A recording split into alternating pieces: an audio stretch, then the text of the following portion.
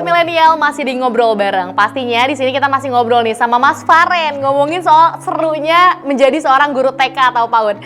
Mas Faren, nih kalau ngomongin soal ngajar guru TK atau PAUD, ini biasanya aktivitas jadi guru TK tuh ngapain aja sih? Maksudnya mungkin yang orang tahu gitu ya, pendidikan sekolah TK gitu ngapain aja biasanya selain mungkin bermain dan lain sebagainya gitu. Ya, Apa aja yang diajarkan? sebetulnya aktivitas di pendidikan anak usia dini itu pasti ruang lingkupnya satu pendidikan. Cuman ketika kita membahas PAUD itu ada metode tertentu gitu. Nggak bisa kita samaratakan bahwa ketika pembelajaran harus sama ini. Nantinya tidak sesuai gitu. Makanya kalau di TK Mas Faren, seperti biasa aktivitas yang pertama yang paling inti ketika anak-anak masuk itu berbaris, bernyanyi, bergerak dulu di lapangan. Biasanya kalau hari Senin anak-anak diperiksa kukunya. Setelah itu masuk ke kelas. Nah, sudah di kelas seperti tadi Mas Faren mengatakan bahwa bagaimana berikan kesan baik kepada anak agar mereka menganggap bahwa belajar itu sesuatu hal yang mengasihkan. Akhirnya kita melakukan circle time, ice breaking gitu. Kalau di kelas di sekolah Mas Faren udah beres itu kurang lebih setengah jam melakukan kebiasaan sholat duha. Jadi di seberang Mas Faren tuh TK-nya ada masjid juga. Jadi sekalian sholat duha. Nah setelah sholat duha itu, baru masuk ke kegiatan inti.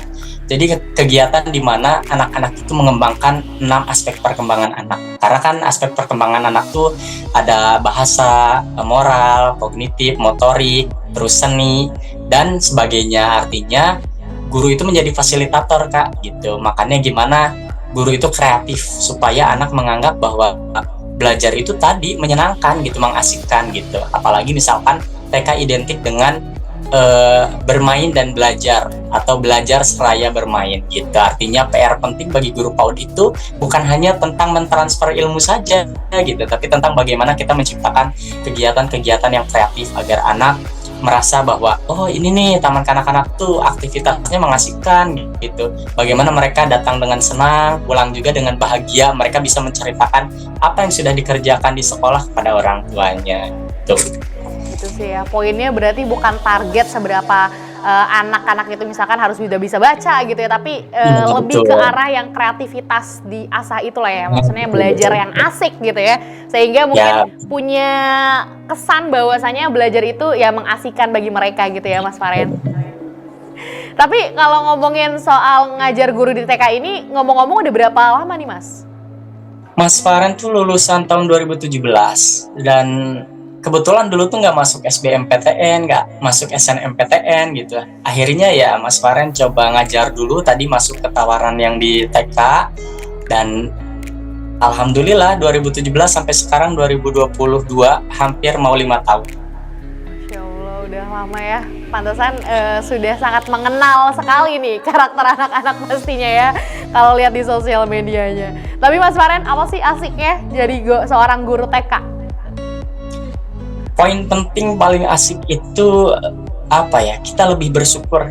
Jadi Mas Faren tadi bahwa ketika misalkan Mas Faren kan belajar anak itu, apalagi PAUD, fokusnya tidak hanya misalkan mentransfer ilmu saja, membuat anak-anak pintar, tapi tadi belajar tentang psikologi anak, latar belakang anak gitu. Yang membuat Mas Faren senang, kadang juga menjadi duka itu ketika bahwa kita tahu latar belakang si anak. Tadi misalkan termasuk orang yang broken home, termasuk anak yang orang tuanya sudah meninggal gitu. Artinya di situ Mas Faren bahwa guru PAUD itu bukan hanya sekedar tentang mengajar pengetahuan saja gitu, tapi lebih daripada itu. Kita harus jadi psikolog bagi mereka, terus mengcover apa yang dia butuhkan gitu. Itu lebih dari itu Mas Faren.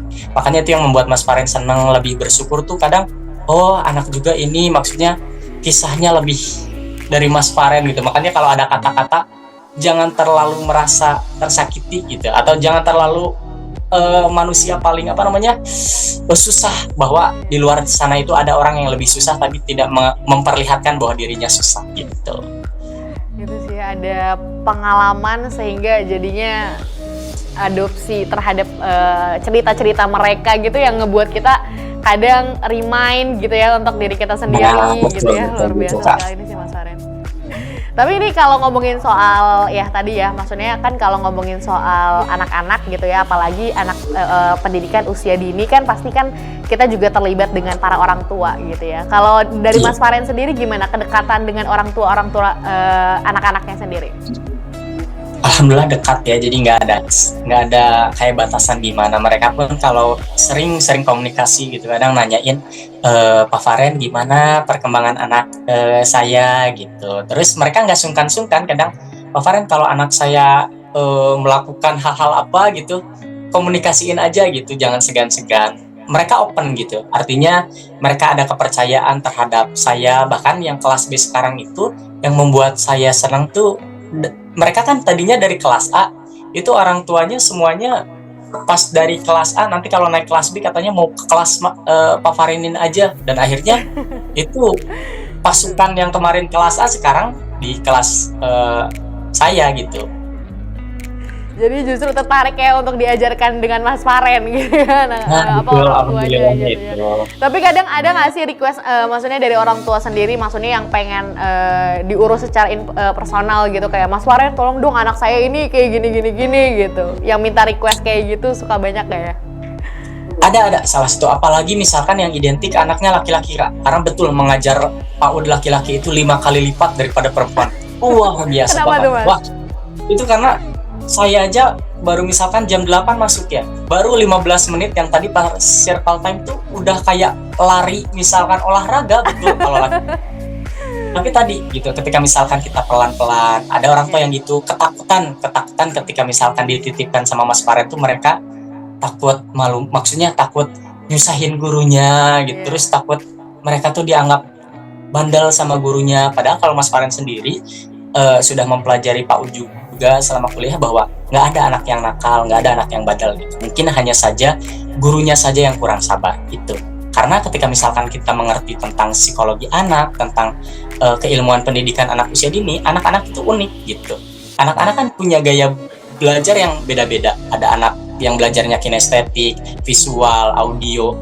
Jadi ketika kita tahu keilmuannya, ya kita hanya memberikan mereka ruang, memberikan mereka fasilitas tanpa tadi, karena orang tua overthinking nggak gitu, dititipin ke saya selalu komunikasi takut memberatkan, merepotkan, padahal justru saya senang dan saya pun menyikapinya sudah biasa gitu. Itu kalau dari saya. Tapi ngomong-ngomong, satu kelasnya ada berapa Mas Faren yang Mas Faren ajar? Yang diajar itu kebetulan 13 Kak, 13. Karena kalau di TK itu maksimal per kelasnya itu 15 ya.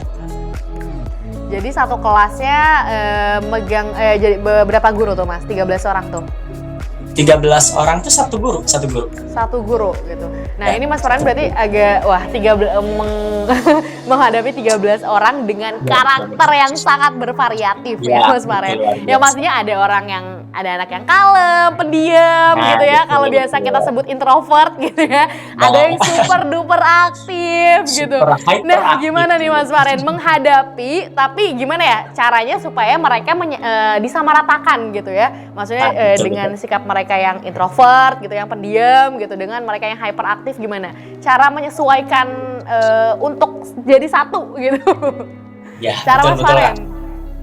Kalau awal-awal memang agak ke ini ya, ke kesusahan gitu, karena masih adaptasi, terus masih meneliti gitu. Tapi alhamdulillah sekarang udah masuk ke 4 bulan, 5 bulan pembelajaran, itu alhamdulillah anak-anak ketika misalkan diberikan sesuatu hal yang menarik, makanya Mas Faren sering gini, sebetulnya gampang nggak menghadapi anak-anak hyperaktif, anak yang kalem, supaya mensatu fisikan ketika belajar.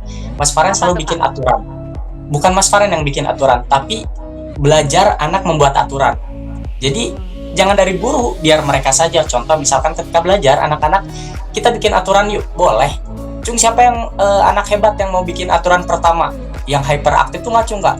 Aku nggak boleh belajar di atas meja, satu. Siapa lagi? Ada yang perempuan, laki-laki nggak boleh berisik. Oke, terus waktu belajar nggak boleh mengganggu temannya. Nah, akhirnya kita sepakat teman-teman aturannya. Oke, Pak Faren sepakat. Biasanya kalau anak-anak harus cheese dulu pakai kelingking, itu baru dianggap oke ya, jadi gitu. Nah, akhirnya ketika jadi itu, ketika ada anak misalkan yang lupa terhadap peraturan tadi, maka yang ngingetin tuh bukan Pak Faren, bukan guru. Guru itu hanya mendampingi, melihat anak, mereka akan belajar dari kecil itu apa? Mengingatkan temannya. Kan tadi kamu udah janji. Yang ngingetin nggak satu orang Kak, justru malah semuanya. Nah, anak-anak itu cenderung, makanya kenapa ada bahasa guru kan suka kesal, suka darah tinggi itu guru PAUD. Kalau ada anaknya, itu tadi kitanya yang nggak sabar dan kitanya kurang metode yang tepat. Karena ketika kita punya metode yang tepat tadi, akhirnya anak-anak itu lebih malu diingetin sama teman-temannya semua gitu daripada sama paparin gitu. Karena sudah melakukan survei, ternyata mereka mah lebih malu ditegur atau diingetin sama temannya sendiri gitu. Karena ketika semuanya ngingetin, hey abang nggak boleh, akhirnya diem ya gitu. Jadi kita nggak capek, kita pembelajaran juga memperhatikan gitu. Anak-anak semua terkontrol gitu. Nah itu Bang Obi. Tapi berarti dari maksudnya dalam circle pendidikan anak usia dini juga penting ya Mas Faren untuk maksudnya berpendapat gitu ya. Tadi yang Mas Faren ajarkan metode bagaimana cara teman-teman sendiri yang bikin peraturan, bukan Mas Faren bahkan ya. Anak-anak sendiri yang membuat peraturan sampai pada akhirnya mereka saling mengingatkan. Itu kan berarti kan dari kecil sudah terbuka gitu ya pendapat mereka. Waduh luar biasa sekali sih ini. Patut dicontoh nih Mas Faren oleh teman-teman di rumah yang justru mungkin punya berprofesi sama ya, menjadi seorang guru TK atau PAUD. Ini bisa diterapkan nih. Bagus sekali nih Mas Faren. Tapi ngomong-ngomong nih Mas Faren, kan kemarin juga sempat pandemi ya, kurang lebih 2 tahun ya gitu ya. Itu gimana Mas Faren sistem pembelajarannya, kegiatan belajar mengajarnya selama pandemi kemarin gimana? Nah jujur ketika membahas tentang pendidikan anak usia dini itu nggak ampuh Kak menggunakan sistem daring gitu, nggak ampuh. Artinya selama kemarin 2 tahun PAUD itu betul-betul pakem gitu. Makanya paling solutif itu kita datang ke rumah-rumah gitu. Makanya dibatasi misalkan hari Senin 5 orang di rumahnya siapa, tentu dengan mematuhi protokol kesehatan gitu. Tapi tetap Kak, selama itu tuh guru-guru bimbang. Bahkan bukan hanya Mas Faren, seluruh guru PAUD di Indonesia, bahkan mungkin bukan guru PAUD saja ya, yang SD mungkin merasa kebingungan karena dituntut untuk daring gitu. Nah, pada akhirnya ya alhamdulillah sedikit-sedikit setidaknya kita mendapatkan ilmu dari daring kemarin, bahwa kita itu harus melek teknologi juga agar segala permasalahan itu bisa diatasi. Walaupun secara garis besar anak-anak PAUD itu agak sulit Kak kalau untuk misalkan pembelajaran daring itu mungkin. Makanya solusinya tatap muka, ya kurang efektif. Berarti ini tahun sekarang jadi gebrakan yang sangat luar biasa sekali ya untuk mendidik anak-anak ya. Apalagi sekarang mungkin sudah boleh tatap muka. Jadi makanya explore yang sangat luar biasa sekali nih. Jadi penerapannya dikeluarin nih tahun ini nih ya berarti ya Mas Faren. Berarti tapi gimana? Berarti sistem kemarin tuh door to door ya. Mas Faren datangin ke rumah anak-anaknya masing-masing atau gimana sistemnya? Nah betul, jadi kita bikin jadwal buat di grup orang tua tuh siapa yang mau misalkan hari ini rumahnya didatangi gitu. Dan akhirnya kita datang cuman dengan batas itu maksimal 5 anak. Kalau tidak misalkan kan yayasan juga punya rumah tuh namanya rumah dinas, tapi tidak di sekolah gitu. Masih sekitar sekolah itu dibuka untuk anak-anak belajar gitu. Jadi sehari 5, besoknya 5 lagi gitu. Jadi terbatas Kak, masih seminggu 2 kali atau seminggu 1 kali. Jadi rolling ya. Nah rolling betul. Pasti anak-anak, aduh kasihan banget gitu ya. Masa-masanya mereka happy bisa belajar di sekolah gitu ya, bisa explore, bisa ini. Tapi ternyata dengan pandemi ini sistem pendidikan kita juga jadinya penerapan kayak gitu jadi terhambat gitu ya. Tapi alhamdulillah sekarang nih pandemi sudah maksudnya sudah menurun, sudah landai gitu ya. Insya Allah pendidikan semakin bagus ke depannya ya Mas Faren berharapnya. Amin. Oke, Mas Faren kita akan jeda terlebih dahulu. Pemirsa juga jangan kemana-mana, tetap di Ngobrol Bareng.